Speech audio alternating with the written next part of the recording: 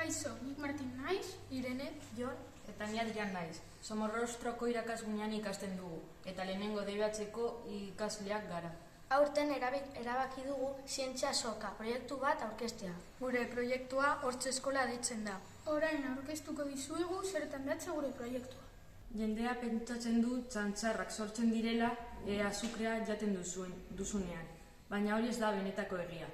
Hauan daukagu bakteria asko, eta adibidez dago bat deitzen dena Streptococcus mutans.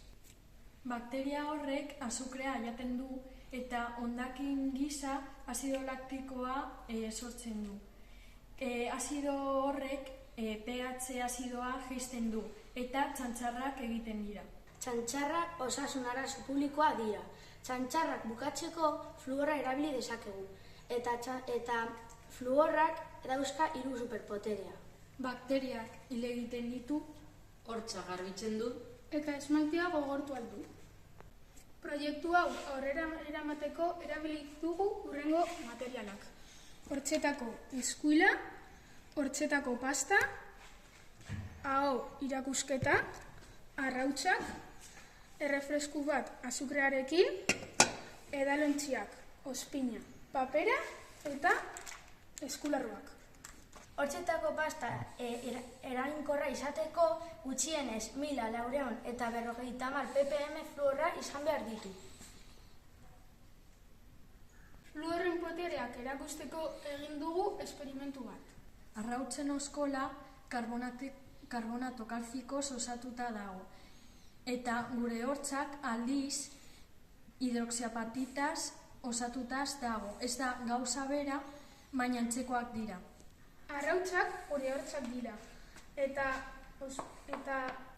bakteriak sortutako azido laktikoa ospina da. Eta 5 ordu geroago arrautzan pitzadurak agertzen dira. Pitzadurak izango litzakete nola txantxarrak. eta 24 ordu eta gero oskola desagertuko zen. Ikusian dugu arrautza oskola galdu du. Fluorren efektua erakusteko hortzeko pasta ipintzen dugu arrautzaren oskola.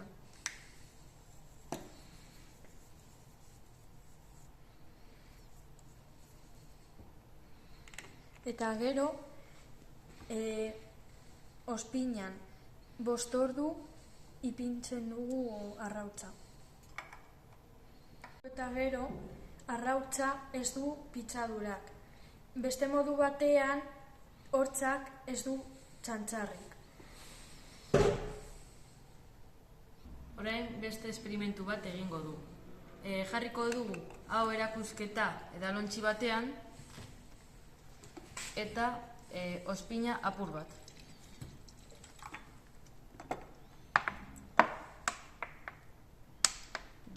Gero jartzen dugu arrauts bat edalontzian eta 5 ordu eta gero ikusten dugu agertu direla pitxadura batzuk. Zergatik agertzen dira pitxadurak? Hau erakusketa bakarrik duelako 226 ppm. Beste esperimentua, arrauts bat ipintzen dugu Coca-Colan eta Coca-Cola azukre asko dauka. Hurrengo egunean arrautza pitzadurak izango du eta ilunko da.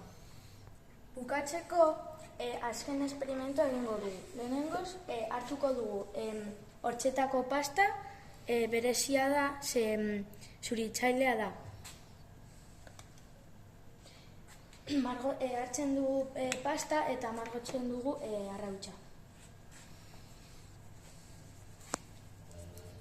Eta gero arrautza zuritzen da, baina benetan esmalte geruza kentzen dira. Espero dugu gure proiektua zuen gustokoa izatea.